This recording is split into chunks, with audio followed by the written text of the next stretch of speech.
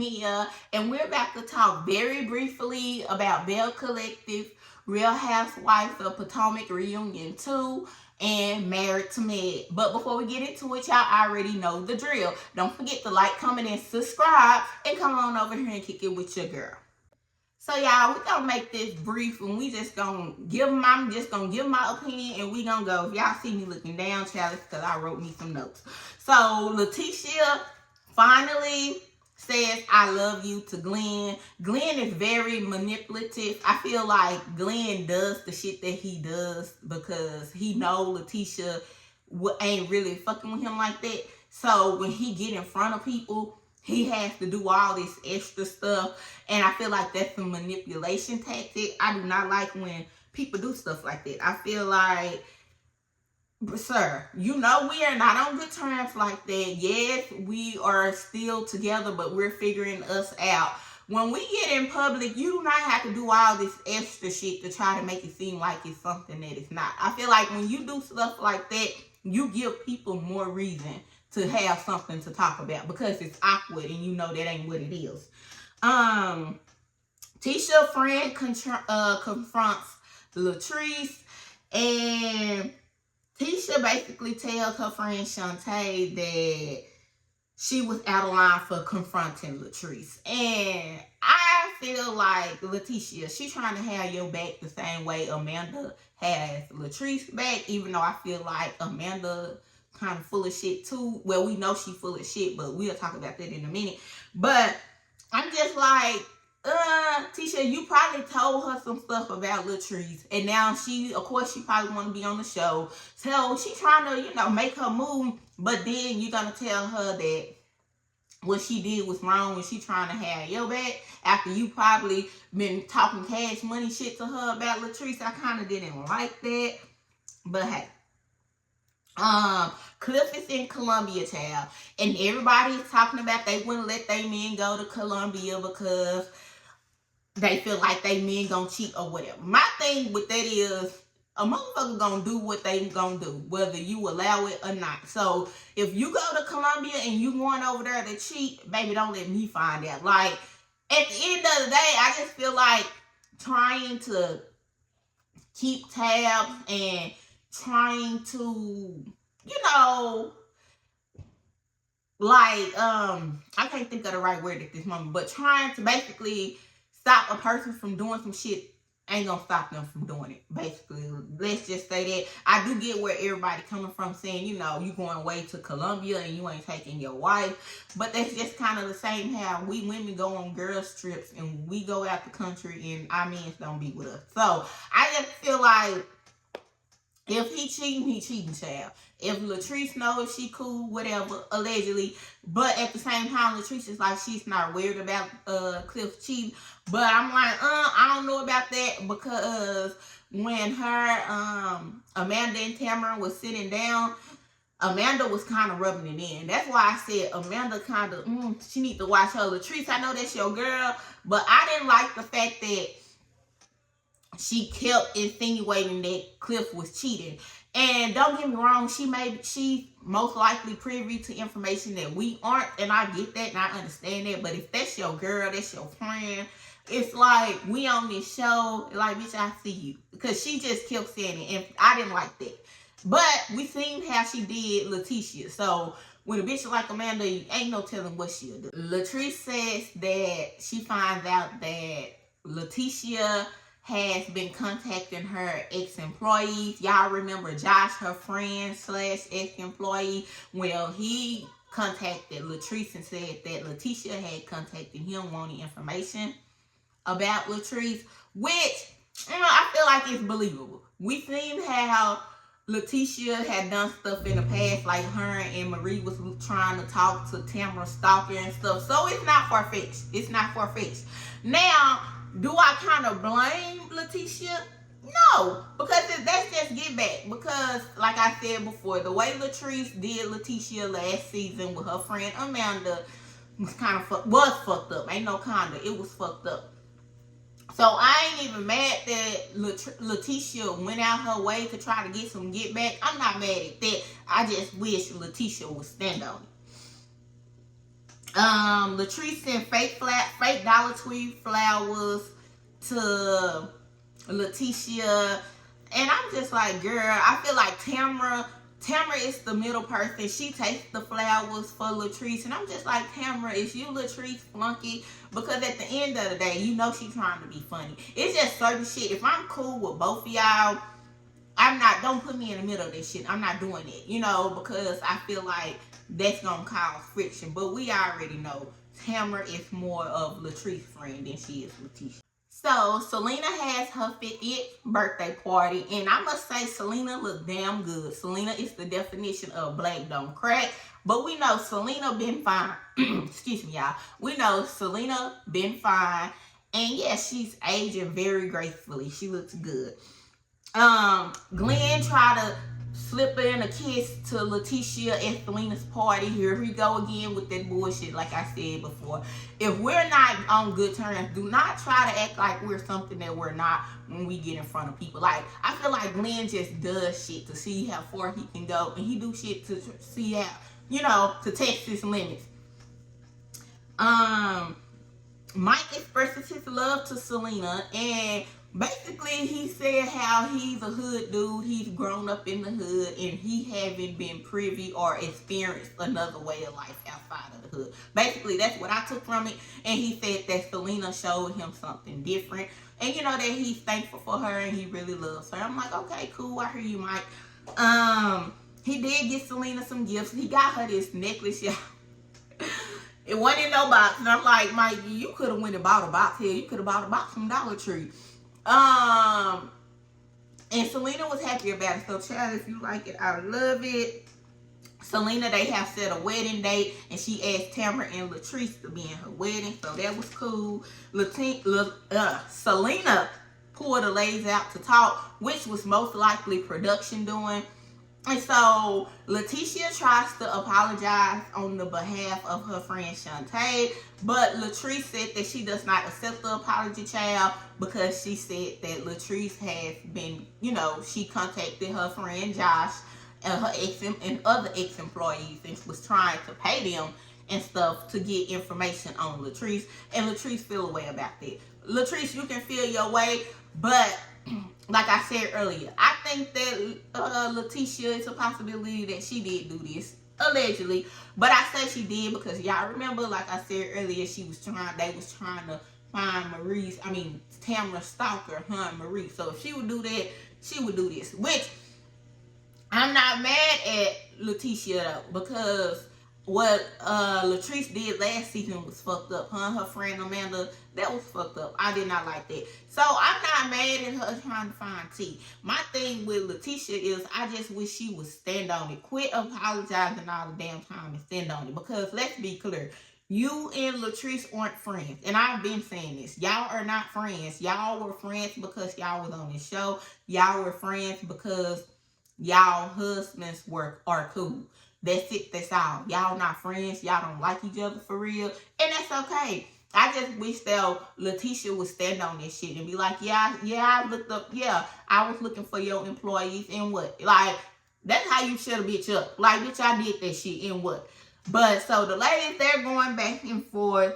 And that's basically it, child. We moving right along to Real Housewives of Potomac. The reunion part 2. Ashley still going back and forth with Wendy. Wendy don't accept Ashley's apology, which, that's understandable because we know Ashley can do the most. But I do agree with Ashley, y'all, when Ashley said how on the previous season, everybody called Ashley messy. But she said how on the previous seasons that they would be throwing, go back and forth and would say really harsh things to each other. And nobody was really sensitive, which I agree. I do agree. It's been a lot of instances. Y'all know when Candy's mouth was lethal like a motherfucker. Candice had a mouth that'll make you be like, I'm not going to keep arguing with her. I'm just to hit this bitch in her mouth because she talked too much. Like, that's the type of mouth that Candice had. So it's like, I was wondering, like, that's why I said even with Angel, it's like, girl, everybody's going up and down Giselle neck, because she was talking about Angel's trip and stuff. But let them roles would have been reversed and y'all would have been on Giselle's ass. So it's like, when did we get so sensitive? When did we, like, I agree with Ashley on that. Even though we know Ashley can be full of shit, I agree with her on that. Ashley is basically still lying about her and Jackson. Now she's saying it was just the kiss, even though she alluded to more on Watch What Happens Live. She said that Sharice had known about them all along, and Sharice had always made comments saying that she was gonna be her daughter-in-law and stuff. I'm really over the situation. At the end of the day, I do agree with Wendy. If you grew up around this little boy, well, he's a grown man now, but if you grew up around him when he was a teenager or a baby, there's no attraction for me. Like, for me personally, if you've been in my life since you was a teen, I'm going to look at you like a kid. Like, oh, this child has grown up. But at the same time, it didn't happen when he was a kid. He's a consenting adult. So it's like, and then the way Sharice act, child, she probably did know. And she probably did just want, you know, some airtime. Who the hell knows? But we moving right along because it's not that deep. It's not that deep for me. Kay pulled out that picture frame and she acting like she cool. And at the same time, if you are cool with it, that's fine. I feel like if a person is cool with their situation, whether we or other people, whoever think, oh, they need to get married or they need to do this, baby, live your motherfucking life how you want to live it. Like, I'm that person. I know a lot of people don't be wanting to hear that, but I always feel like women that be so hypercritical of people in their situations be the women that don't even be married for real. So that's neither here nor there. Angel did try to chime in about the situation about with Kay, because somebody had wrote in and was like, if Kay just wanted the penthouse, basically is he her sugar daddy or some shit, like Greg is her sugar daddy or something like that. So Angel tried to chime in and help Kay out. And then again, Kay shuts Angel down and told her, oh, she can talk for herself, shut her down.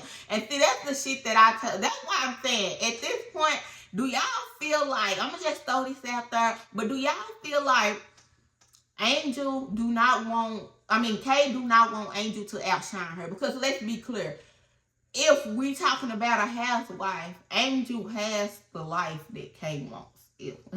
Allegedly. But Angel has the life that Kay wants. I feel like if we take Kay and bring Angel by herself, I think Angel will be more likable. I do, but I digress. She just whatever. Kay was lying about Wendy not speaking to her. She just wanted some airtime, I feel like, because girl, how you lying? It's a whole picture of y'all hugging. Somebody sent the picture to Wendy because they couldn't believe the lies that Kay was telling. Chad, that's why I tell you can't believe all this shit that be on here on reality TV. It's not real reality. It's not like it was when it first started. But, yeah, so they debunked that. Kay basically acted like she wanted Wendy to speak to her while she was in the middle of her speech. And it's like, yeah, Wendy could have said, hey, girl, but bitch, if I'm working and I'm in the middle of my speech, you aren't that important that I'm just to stop what I'm doing and speak to you. And then when I came off stage, I hugged you and spoke to you. Bitch, why are you mad? Like, baby, it's never that deep. Stacey was calling Kay and Angel madness and sadness like the people on this internet, child. That was funny. Jassi comes out and Jassi is Jassi and she wants a moment so bad. I didn't like that Jassi said that Kay stole Greg from his wife and then went on Carlos King and can't say how she know how, you know, she stole him from his wife or whatever the case is. It's like Jassi just she just want a moment. I feel like her and Kay be both reaching for moments and they just be landing flat. Jassi talked about Kay not having a ring, but I'm like, Kay, is that really a dig? Yeah, you got a ring, but you got a ring from a dude that had 2 kids on you, child. Like, yeah, you got the ring. Yeah, maybe there ain't no prenup or nothing involved. So if something happened, you can get a coin. That's the only benefit that I would see, because I digress. That's just my personal belief. So yeah, I really didn't like that that Jassi tried to talk about Kay not having a ring and you in the situation that you in, but whatever. Tia talks about her experience. I didn't like that Tia said that her love language is verbal abuse. I think maybe, well, she's been in the States long enough, huh? I can't remember. But I'm like, maybe she should have worded that different, because that sounds crazy when you say that out loud. Oh, my love language is verbal abuse. What the fuck? Verbal abuse? Maybe she was trying to say like her love language is them, they banter going back and forth and talking shit to each other. But verbal abuse wasn't the correct term to use, Tia. Tia talks about her sister, because that was a big thing. And like I said, her dad had 2 outside kids on her mother. Her and her sister didn't start, having a relationship until their dad passed, which is a great thing. At the same time, like I said before, she never wanted to meet her sister before then, but I'm pretty sure her mother played a big role in it. You know how you see your mama hurt and stuff, and you don't want to feel like you betraying your mama. But then after he passed, it's one of those situations where like he's gone, you're here, we're family, and I really want to get to know you. You know how you be when you at funerals, especially if you done had family beef, and then y'all go to a funeral and it's like, life is too short to be beefing over this dumb shit, So I get that. Giselle talked about her losing in court against her stepmother, which I know a lot of people were saying, well, why would Giselle been on the wheel if why would she be the beneficiary if she was next to kin? I think that's one of those situations where his will probably wasn't all the way figured out. That's probably what it was. And of course, the wife is gonna win over the child if nothing is in black and white, unfortunately. She did say though she was mad because her kids wouldn't receive certain stuff, like because her father was a part of the civil rights movement, but the city of Houston is honoring her father with a park, so that's a great thing. Did y'all notice Tia checked Jassi and shut her up? Jassi was looking for a moment on Tia, and baby Tia shut her down, and I was like, okay, Tia, okay, girl, I see you.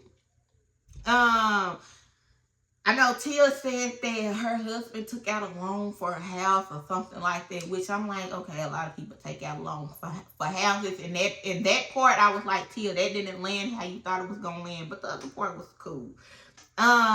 Stacey talked about Jassi. She said that Stacey said that Jassi only felt hurt when she knew it was going to air. So basically, Jassi was looking for a moment off of her not coming to her wedding, which it's probably true on both ends. Stacey probably wasn't going to go at first because, bitch, I don't really fuck with you. I just met you. Your wedding is not that of high importance to me, especially the fact that it wasn't in Potomac. It was in Dallas. I got to get a flight and stuff. Like, I'm not really checking for you like that. So if I come, I come. If I don't, I don't. Like, we not friends like that.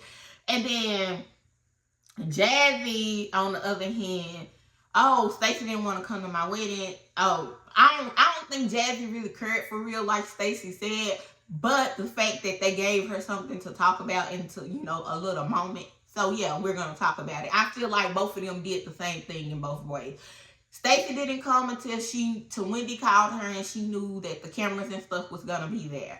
And Jassi didn't feel a way until she knew that it was something to talk about on the show. That's it. That's all. Moving right along. Monique comes out and she says that she's lighter. Somebody wrote in and said that she seems lighter. She said, yeah, you're lighter when you lose about 350 pounds. Speaking of Chris. Monique's statements on Bobby. We know Angel had an issue with that, which I understand that. Monique and Andy both said that Bobby is like a little mean. And Monique was like, well, I know he don't like me because I spoke to him and he ain't say nothing back.